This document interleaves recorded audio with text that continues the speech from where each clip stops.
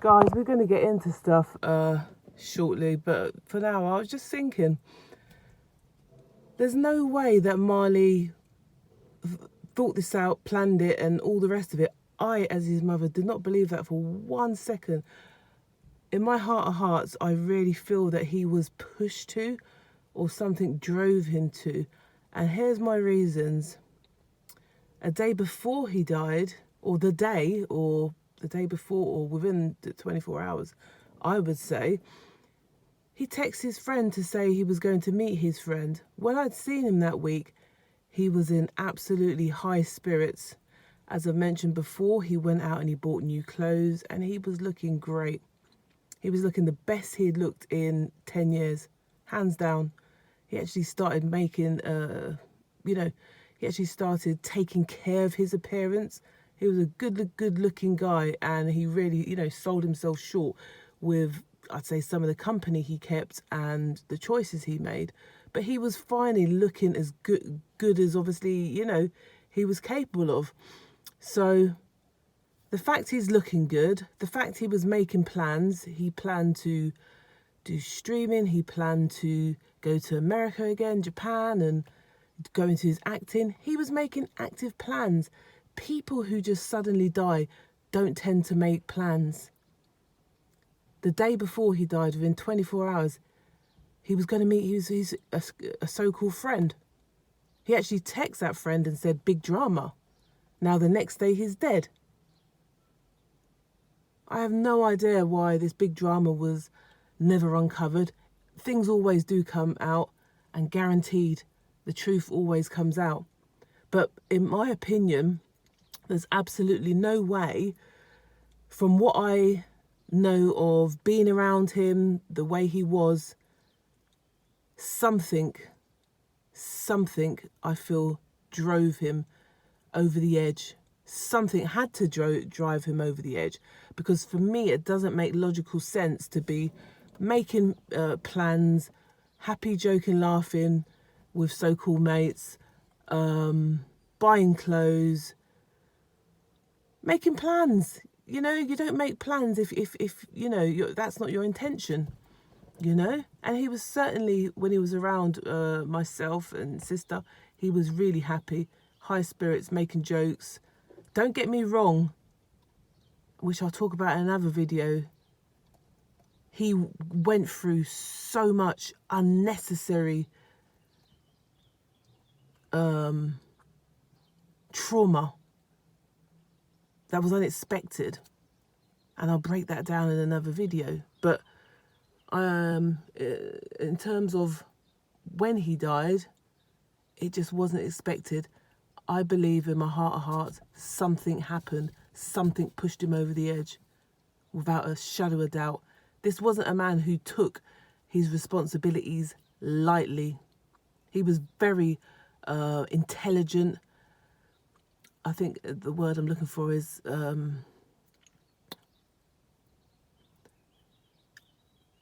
he didn't, shirk or whatever the word is.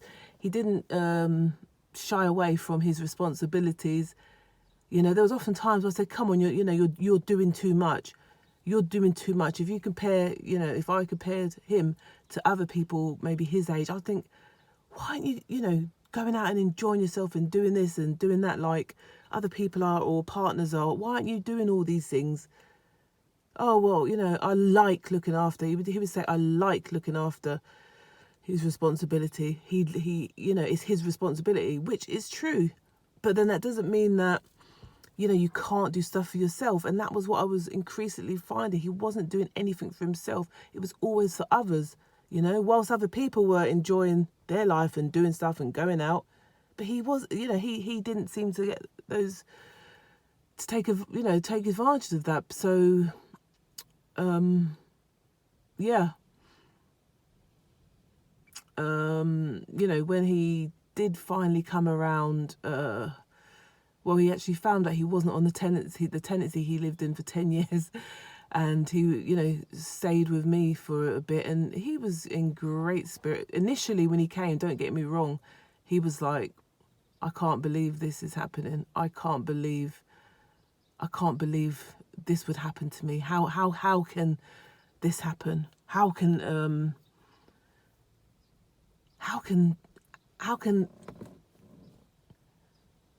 just after all I've done, he'd say, after all I've done, how can this happen? What, you know, this is beyond kind of to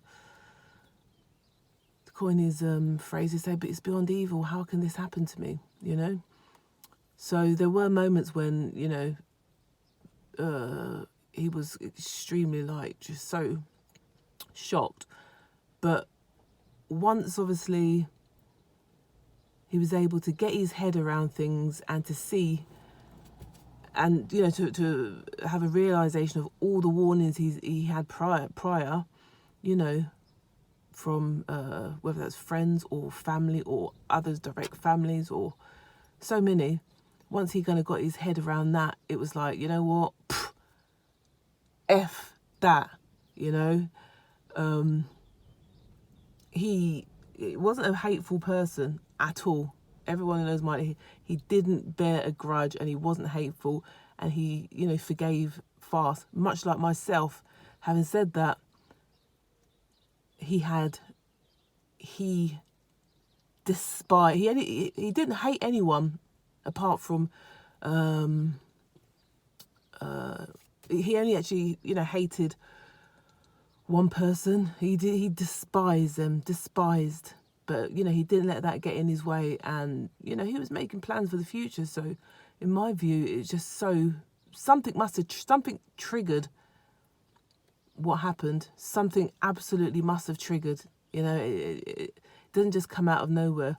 I'll explain again, trying to make sense out of everything. A letter I got, which was, you know, given to make me understand, or to, you know, all that was known about the situation. I mean, I got a letter on the day, was it the day he passed away or the morning? I could barely even read it, much more sit and kind of write anything back. But even that was a bit like, hang on, it's like, whoa, you know, it's just, nothing just makes sense, you know. So I just wanted to say that, you know, long story short, there had to be a trigger that pushed him over the edge, without a shadow of doubt. It could have been anything from, I don't know if he was threatened, I don't know if he was blackmailed, I don't know if there was some awful thing that, you know, pushed him over the edge, because logically it's not something someone has in mind unless there's a massive situation. That's common sense in my view. And knowing obviously, you know, how it was, you know, when I was around him, it didn't just come out of nowhere. That's just that's just not believable, is it? Any road, I'll speak very soon.